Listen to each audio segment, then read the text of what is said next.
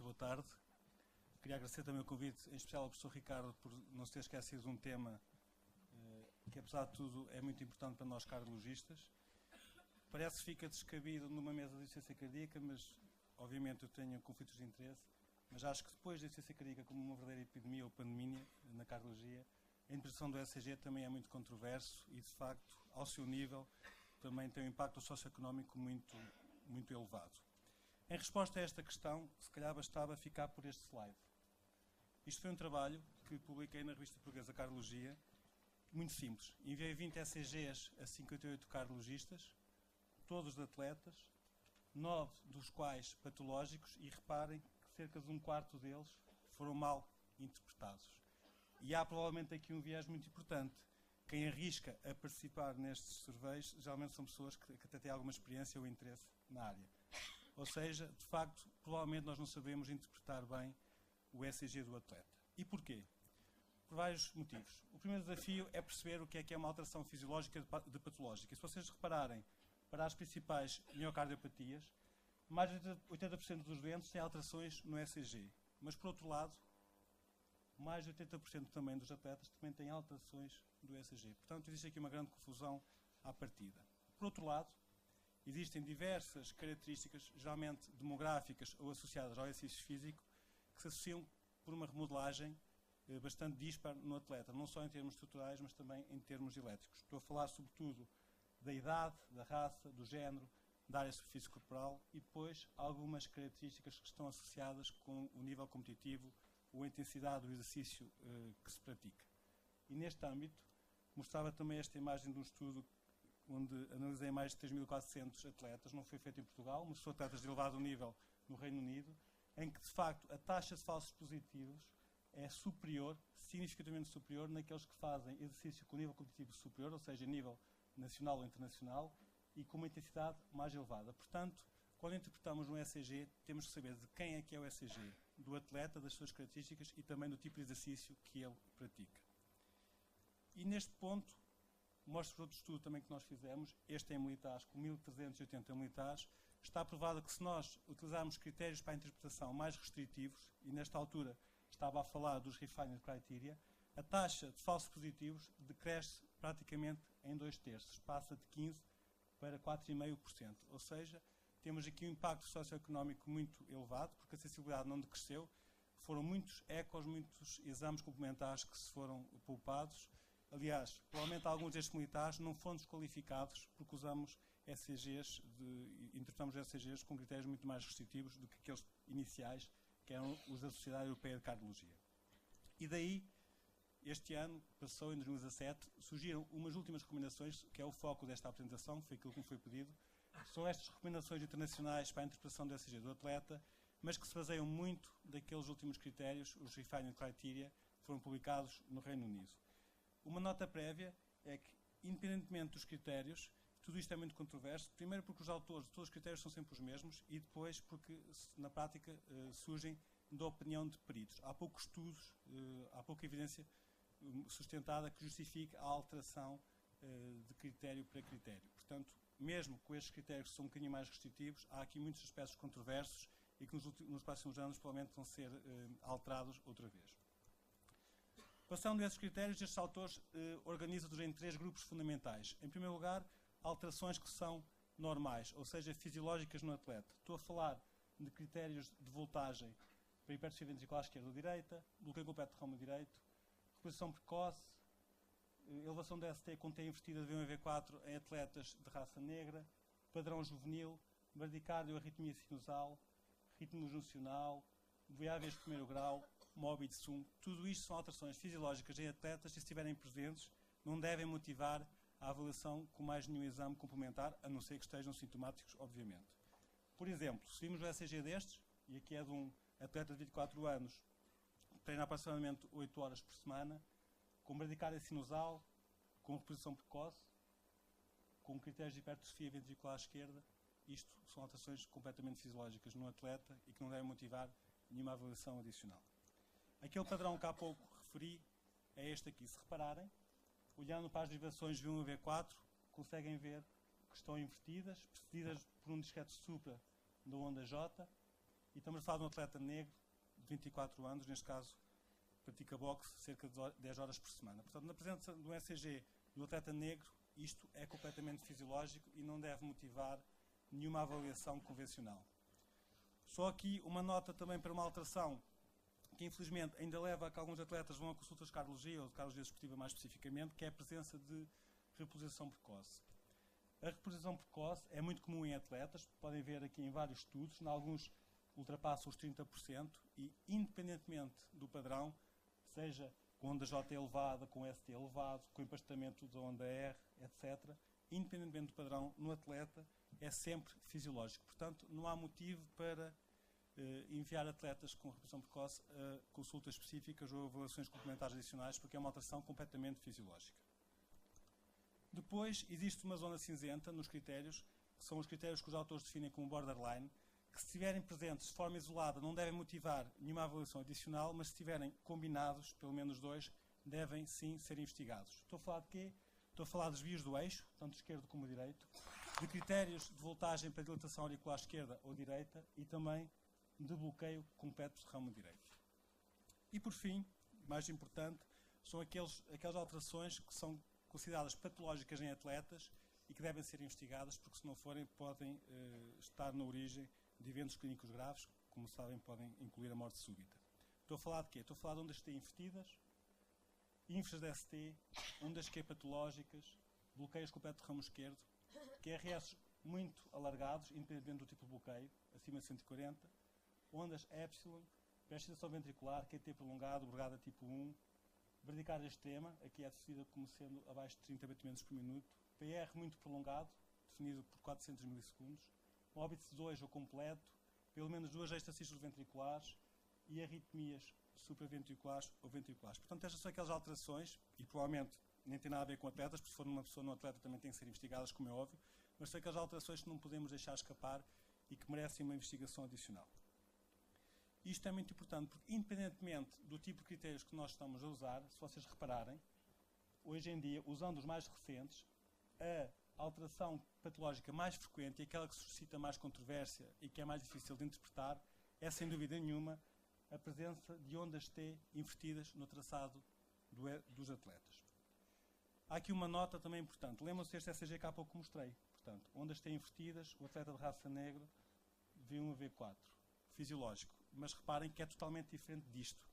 Também T invertidas de V1 a V4, mas não são precedidas de elevação do ponto J, ou seja, o ST é isoelétrico. Isto é uma alteração que é para investigar, porque é muito comum em doentes com miocardiopatia arritmogénica do ventrículo direito. E se olharem os padrões, mesmo sendo um atleta de raça negra, isto é patológico.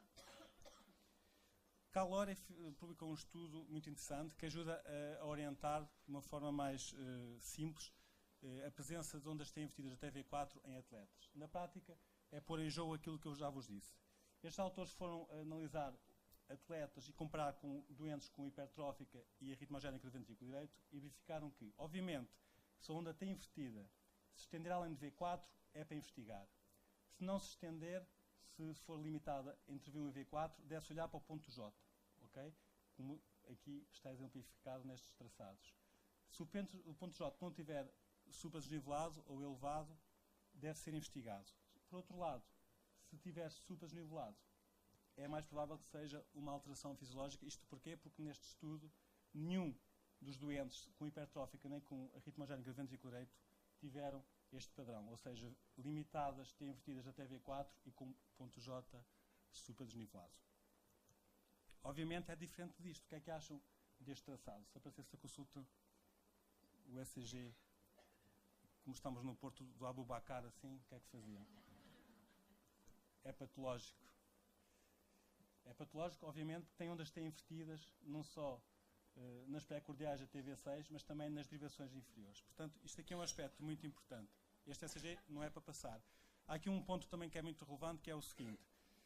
A localização das ondas T invertidas, quando aparece de forma isolada num território, dá-nos uma orientação já se pode ser patológico ou não. É muito raro existir um doente, por exemplo, com um atleta, com ondas T apenas localizadas nas derivações laterais. Há um estudo no Reino Unido que demonstra que se em doentes com hipertrófica há cerca de 80% de doentes que têm ondas têm invertidas apenas nas laterais. Em atletas, isso é inferior a 2%. Portanto, quando há inversões de onda T apenas nas direções laterais, temos de suspeitar que existe alguma patologia, porque não é uma alteração muito frequente associada ao exercício físico. Isto é muito importante, porquê? Porque se nós olharmos para a cascata de alterações que acontecem, por exemplo, neste caso, na miocardiopatia hipertrófica, vocês podem ver que as alterações eletrocardiográficas são muito mais precoces que o padrão fenotípico da hipertrofia estrutural. E, de facto, mesmo quando temos um ECG que é claramente patológico, mesmo estando a falar de um atleta que é assintomático e que tem eco ou ressonância normal, estes indivíduos têm que ser acompanhados, porque provavelmente pode não ser nenhuma variante normal, pode corresponder a um atleta que vai desenvolver no futuro patologia. Isto foi demonstrado de uma forma muito elegante num artigo que foi publicado há uns anos, em 2008, no New England, em que em 81 atletas que foram inicialmente avaliados com T's patológicas e com ecos normais, a longo prazo, uma percentagem significativa deles acabou por desenvolver miocardiopatia e outras alterações cardiovasculares significativas. Portanto, não estou a dizer que estes atletas com T negativas, patológicas, sem sintomas e sem miocardiopatia, devam ser excluídos da competição, nem pensar, podem continuar a competir, mas têm que ser acompanhados porque alguns deles a longo prazo podem vir a desenvolver, de facto, patologia. Outro aspecto que é muito comum e que suscita algumas dúvidas e que leva os atletas às consultas é isto. Quando temos bradiarritmias, portanto, será que existe algum cutoff a partir do qual é patológico ou não, a frequência cardíaca, o PR, etc. Imaginem que tem um ECG como este. Isto é um ciclista, um doente ou atleta que o acompanha. Se olharem para este ECG, o que é que faziam? Alguma coisa? Eu não fiz nada. Tem uma frequência cardíaca à volta de 30 e pouco, 32, 33, BAV de primeiro grau. E, de facto, não fiz nada porque há claramente alterações que são patológicas e não fiz nada porque ele está assintomático. E as patológicas são estas. A primeira, que é controversa, porque o cutoff dos 30 batimentos por minuto é arbitrário, portanto não há nenhum estudo, não há nada em atletas que justifique isto, mas tem que haver um cutoff e foi definido como 30. Mas há uns anos atrás, nas recomendações prévias, era 35 e não há racional para ter passado para 30. O PR acima de 400 também foi de uma forma arbitrária, mas depois, obviamente, há alterações que são claramente patológicas, seja o indivíduo atleta ou não, como é o Mobitz tipo 2 ou BAV completo. Mas mesmo aqui há casos que são provavelmente variantes do normal e nós temos que enquadrar isto num contexto apropriado. Sobretudo, perceber se o atleta tem sintomas ou não, porque se for assintomático, isto é mais provável que seja uma alteração fisiológica. Excluir sempre patologia estrutural. Perceber se esses bloqueios melhoram ou desaparecem durante o exercício, por exemplo, durante uma simples prova de esforço, é mais sugestivo ser uma coisa fisiológica. E uma coisa também muito relevante neste contexto, que não é usada muito aqui, é mais usada na questão da hipertrofia, mas aqui também faz muito sentido, que é perceber se, após algum período de descondicionamento, esse bloqueio ou essa bradiarritmia desapareceu ou não, e é frequente desaparecer quando é realmente uma alteração fisiológica. Outro aspecto muito relevante é o tema que vou falar a seguir. Se vissem este ECG, isto é um doente real, 17 anos, caucasiano, natação, nem treina muito, que nadador, mas tem este ECG. O que é que faziam? De certeza calculavam o QT, que está prolongado. Portanto, isto é um atleta que tem um QT longo. E aqui o cálculo que eu fiz foi este. Dá 475 milissegundos. Este é um aspecto muito, muito relevante e muito esquecido na avaliação do atleta. Nós devemos calcular sempre o QT, corrigido. Não devemos, apesar de ser validado, mas não nos devemos fiar, entre aspas, no valor que o eletrocardiógrafo nos dá. E deve ser calculado segundo a fórmula de base E. Perguntam porquê? Porque foi aquela fórmula que é recomendada nestas atuais guidelines, portanto não é por nenhum motivo especial, mas é para ver uma forma uniforme de interpretar isto. E há aqui um aspecto muito relevante. Ao longo dos últimos critérios, vocês podem ver que o QT, considerado normal, aumentou. Atualmente o cutoff são os 470 para o homem e 480 para a mulher. E porquê? Porque, de facto, parece que existe algum prolongamento do intervalo QT associado ao exercício físico. É uma adaptação também, de facto, fisiológica. Aliás, neste contexto, o simples valor do QT corrigido acaba por não ser só por si suficiente para fazer o diagnóstico de QT longo. E uma forma muito simples de nós interpretarmos isto é fazer uma prova de esforço e ir medindo o QT ao longo da prova. Por exemplo, aqui em cima podem ver que o QT é sempre superior naqueles que têm alteração genética contra os que não têm, mas depois, se fizermos a prova, mesmo em doentes com síndrome QT longo, nós conseguimos ter uma ideia se é QT tipo 1 ou tipo 2, por exemplo. Se vocês olharem aos 4 minutos da recuperação e o QT for prolongado, não há dúvida que estamos perante um síndrome QT longo. Mas depois, se voltarmos a olhar para o primeiro minuto e o valor de crescer, isto aqui é mais sugestivo de ser um QT tipo 2 versus QT tipo 1. Isto é complexo, como é óbvio, mas é uma forma simples, que está, entre aspas, à cabeceira, de nós termos esta diferenciação. Outro importante papel é o papel do descondicionamento. Por exemplo, naquele atleta que fez um período de descondicionamento, reparem que em repouso e na recuperação é claramente prolongado e após descondicionamento o intervalo QT reduziu até a olhos vistos. Portanto, há mesmo uma relação entre o exercício e o prolongamento do intervalo QT. Isto é muito importante porque o paradigma de morte súbita está a mudar. Hoje em dia não se morre mais no atleta por miocardite hipertrófica, mas por síndrome de morte súbita arrítmica. Isto é um estudo publicado no ano passado e o grupo do Sanjay Sharma foi ver que em famílias com este tipo de morte súbita foi possível identificar em mais de 50% que existia uma doença hereditária, sobretudo QT longo. Provavelmente o QT longo é a principal causa de morte súbita no atleta. Estamos quase a terminar, mas há aqui um aspecto muito importante que importa salientar, que é esta dificuldade em perceber o que é às vezes brugada ou bloqueio incompleto de ramo direito, e aqui mostro este ECG que podia ser duvidoso, mas a simples realização do ECG nas vibrações altas pode desmascarar uma brugada tipo 1. Obviamente, há critérios mais pormenorizados, difíceis, mas que nos podem ajudar a distinguir uma coisa da outra. O mais simples é isto, é a diferença do onda, do ST ou J aos 80 milissegundos. Se for superior a 1, é mais sugestivo a ser brugado. Outro aspecto muito importante, e a última traçada que vos mostro, é este, porque é muito frequente. Nas guidelines dizem que se existem pelo menos 2 estações ventriculares, nós temos que valorizar, mas acho que mais importante que o número é o padrão. Se for com um padrão com eixo superior, ou seja, negativo nas vibrações inferiores, com padrão bloqueio completo de ramo esquerdo, é mais provável que tenha origem na parede livre do VD ou do ápex, e isto é mais sugestivo de miocardiopatia arritmogénica ventricular direito em vez de simples arritmia focal no trato de saída do VD. Uma nota, tudo aquilo que eu disse vale o que vale se nós soubermos diagnosticar a própria patologia, porque se nós falarmos em cardiologistas o que é uma onda Q patológica, se calhar todos nós temos definições diferentes. Portanto, estas guidelines também acrescentam isso, dizem aquilo que deve ser o diagnóstico da alteração patológica. E, por exemplo, aqui no que diz pré-excitação, não vale a pena enviar à consulta, sobretudo jovens que têm PQs ou PRs curtos. Isso não é nenhuma pré-excitação no atleta, isso é normal. Portanto, tem que haver mesmo um padrão de WPW com as 3 componentes.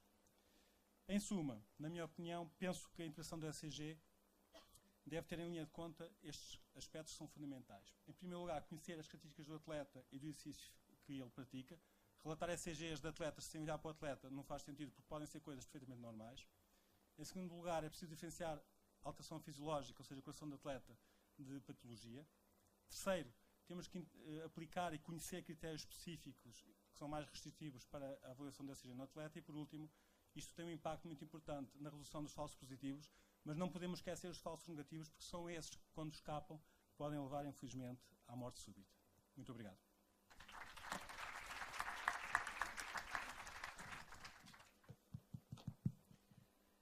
Ora, boa tarde a todos os presentes. Primeiro que tudo, quero agradecer ao Dr. Helder Dores a sua excelente apresentação num tema que é fundamental e com uma técnica que nunca perderá a sua importância enquanto houver doentes cardíacos, enquanto houver médicos.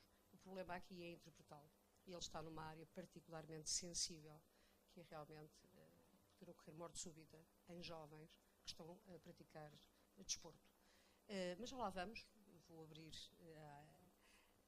no fundo, à discussão a sua intervenção, mas queria agradecer ao professor Ricardo Fontes de Carvalho e à professora Cristina Gavina a delicadeza que tiveram em convidar-me para esta mesa. É com muito prazer que aqui estou. E agradecer também ao Dr. Helder Dores o ter falado na morte súbita arritmogénica, esta nova noção que existe e que, no fundo, parte-se para outra chaveta, que é com ou sem cardiopatia estrutural. Falou de uma coisa interessantíssima e importante, que é, não se mudou, acho eu, a miocardiopatia hipertrófica, nomeadamente que vocês façam o rastreio, e eles não têm hipertrofia, senão não competiriam, não é? O que se mudou aqui foi o conceito, porque há situações que podem estar associadas a certos fenótipos específicos e o QT longo é justamente um deles. Há digamos, uma predição entre o genotipo e o fenótipo que pode ajudar muito o médico. E agora está aberta a discussão para quem quiser fazer perguntas. Temos 4 minutos para perguntas, dá pelo menos para 4 perguntas.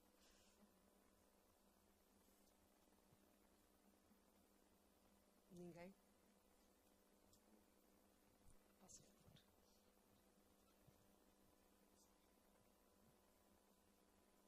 Emanuel, pode trazer, por favor, o microfone. Obrigado. Parabéns ao Helder. Eu não ia fazer nenhuma pergunta. Estás interessado nisso? Eu só ia dar uma sugestão. O grupo onde eu estava inserido, com o professor Falcão de Freitas, há 25 anos ou mais, temos uma série de milhares de atletas. Nós tínhamos um departamento de cardiologia no Centro de Medicina Desportiva aqui, víamos milhares de atletas e temos uma casuística com uma gravidade muito maior, infragionamentos de 6, 7 e 8 milímetros, com T's de 12 e 15 milímetros, mas todos estudados, só não tínhamos ressonância nessa altura. De resto, não todos estudados, nomeadamente alguns, nós conseguimos fazer o follow-up e ver a cardiomiopatia a aparecer ao fim de alguns anos. É só esta sugestão. Obrigado. Está tudo publicado na Revista Portuguesa de Cardiologia. Obrigado. Eu não sei se há mais algum comentário ou alguma pergunta, mas senão eu gostaria de fazer outro comentário. E o comentário é uma pergunta. O comentário é que é realmente a vossa opinião determinante. Têm-me enviado em Lisboa algumas situações depois de avaliadas por clínica e por ECG, sem cardiopatia estrutural, mas com pequenas alterações do ECG que vós diagnosticam muito bem, que é isto realmente não é normal. Às vezes pequenos sinais, todos eles, os que eu vi até agora, talvez uma dúzia, têm mutação patogénica associada à miocardiopatia hipertrófica familiar. São jovens, entre os 16 anos, 17 anos, praticantes das mais variadas modalidades, desde polo aquático, até desportos que eu nunca, não tenho grande noção do que implica e falo com eles, e o vosso diagnóstico é geralmente, bate sempre certo. Quando desconfiam, portanto, estas alterações são, às vezes realmente passam e podem levar à morte súbita. Claro. Obrigado, professor. Há um aspecto muito importante relacionado com este comentário, que é o seguinte. De facto, o ECG, eu também sou um cardiologista ainda recente, novo, não é uma coisa muito atrativa. É difícil, principalmente. Não há ninguém que diga que é interno e aquilo que quer fazer na vida é ver ECGs. Ninguém diz isso, acho eu. Mas sabe que é mais fácil ler uma ressonância. Mas na prática, eu tenho uma particularidade que me obriga a saber vê-los, porque eu sou médico militar. E como por dia, se calhar, vejo mais de 50 ECGs de jovens, em que não são atletas, ou alguns até são mais que atletas, temos a obrigação de fazer uma introdução correta por vários motivos. Em primeiro lugar, aquilo que assusta mais é de facto a morte súbita, mas a morte súbita é uma coisa raríssima em atletas. É muito mediatizada, como é óbvio, e cada vez que um atleta morre subitamente toda a gente sabe. Mas aquilo que assusta mais, e a mim particularmente como cardiologista que me dedico a isto, não é que me queixo porque gosto de ter doentes nas consultas, mas é a quantidade de pessoas, atletas, que já foram às vezes vistos até por cardiologistas, que vêm às consultas e que não têm nada. E muitas vezes, hoje em dia, como temos dezenas de exames ao nosso dispor, às vezes sem nada conseguimos diagnosticar a doença, que se calhar na vida não ia dar nenhum problema. E hoje em dia, por exemplo, falou-se aqui da ressonância magnética, um dos problemas que agora se vê muito é aquele atleta que nunca teve nada e passa a ter real tardia numa ressonância, atípico, etc. Portanto, eu acho que temos que ter a coragem de deixar esta parte defensiva que o médico tem, porque é mais fácil mandar para o atleta. Não pode jogar mais, isso é fácil, não é? Mas acho que temos que ter coragem para assumir racionalmente o risco de eventualmente um destes, que eu às vezes digo que pode jogar, um destes vai morrer, infelizmente. É assim, é uma obra do caso. Só que temos que ter coragem de parar o diagnóstico atempadamente. O ECG diagnostica mais de 60% dos problemas, de facto. Obviamente alguns não vão ser possíveis de diagnosticar, mas diagnostica mais de 60% se for interpretado, e estas pequenas alterações, às vezes são o início de uma patologia que pode ser importante. Well, eu queria só fazer um comentário. A sua apresentação foi excelente. Eu acho particularmente, é uma opinião estritamente pessoal e, portanto, reflete a minha realidade.